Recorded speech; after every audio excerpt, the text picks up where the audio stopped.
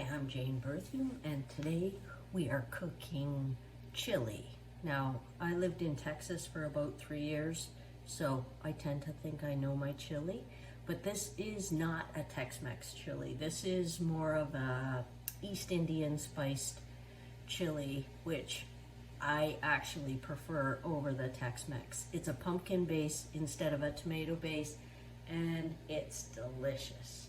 So, today we are going to go through how to make both the meat version and the meatless vegan version, because I have a daughter-in-law who is vegan. I've just started to brown the ground beef just on a medium heat. You don't want to rush it, just get it nicely brown. And in the meantime, I am about to put my onions and red pepper. I didn't have a really large onion, and we're a fan of onion.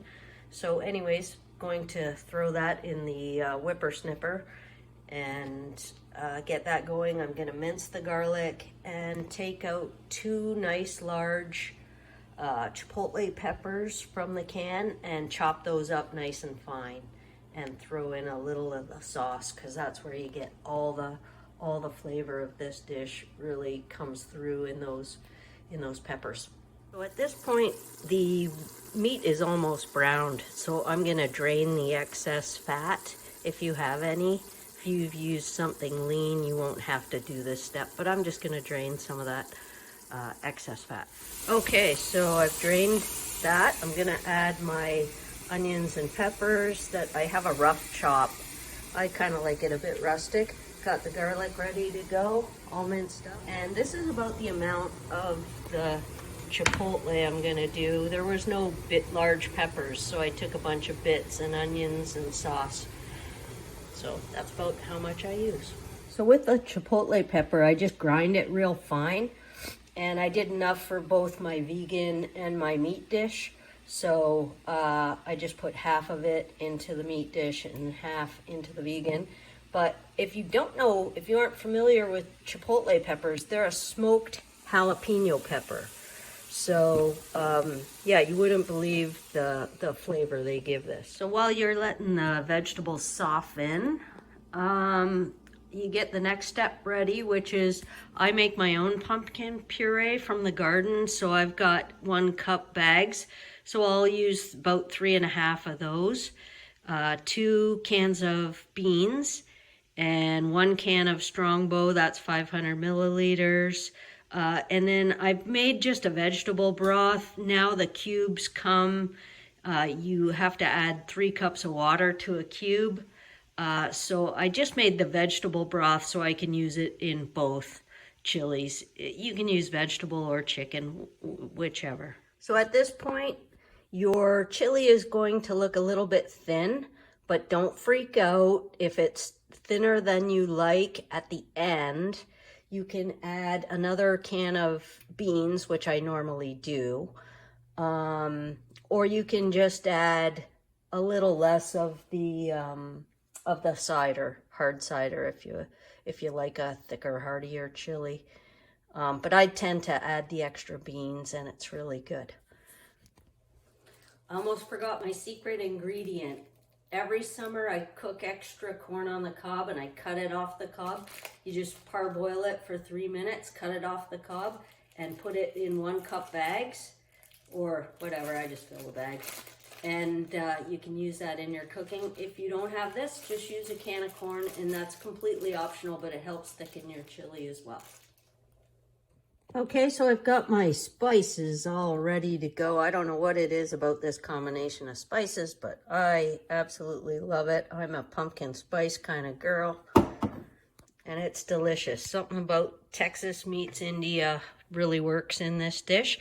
So I'm just gonna give this a stir, get it to a boil, and then just let her run for 30 minutes. See how the thickness is, but I can already see you know, it looked thin when I added all the liquids, but now it's looking pretty good. I don't even think I'm gonna have to add the extra beans. So we'll decide that later, but I'm just gonna let this come to a boil and just simmer for 30 minutes. the last spice to add is your bay leaf. So you just put that in whole. And don't forget to take that out at the end of your cooking time. Perfect.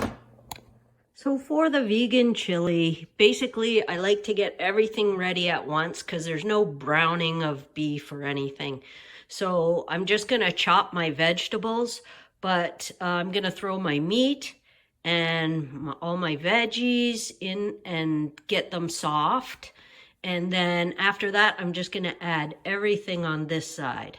So I'm just gonna wash and drain, rinse and drain my beans and add everything else as is. So just follow the recipe, super easy, you're gonna love it. So I just put a little olive oil in the bottom of my pan, maybe a tablespoon or less. And I do 2 packets of the meat. So I've added all the vegan meat and all the vegetables. And I also added the vegetable stock to it because I found the meat sticking to the bottom. So just go ahead and add your stock in there, and now it's nicely getting those veggies softened. So as soon as the onions and peppers are a little bit softer, I'm gonna go ahead and add the rest of the ingredients. Okay, so all the ingredients are in the pan. It's gonna just simmer. I'm gonna bring it up to a boil. Once it gets boiling, I'm gonna simmer it for 30 minutes and turn it off, and we'll be good to go. These are gonna go on chili dogs. So this is my vegan version, and this is my completed meat version.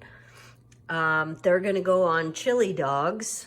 So obviously a vegan version for that. And Philip does chicken dogs for these. So anyways, that is Festive Pumpkin Chili.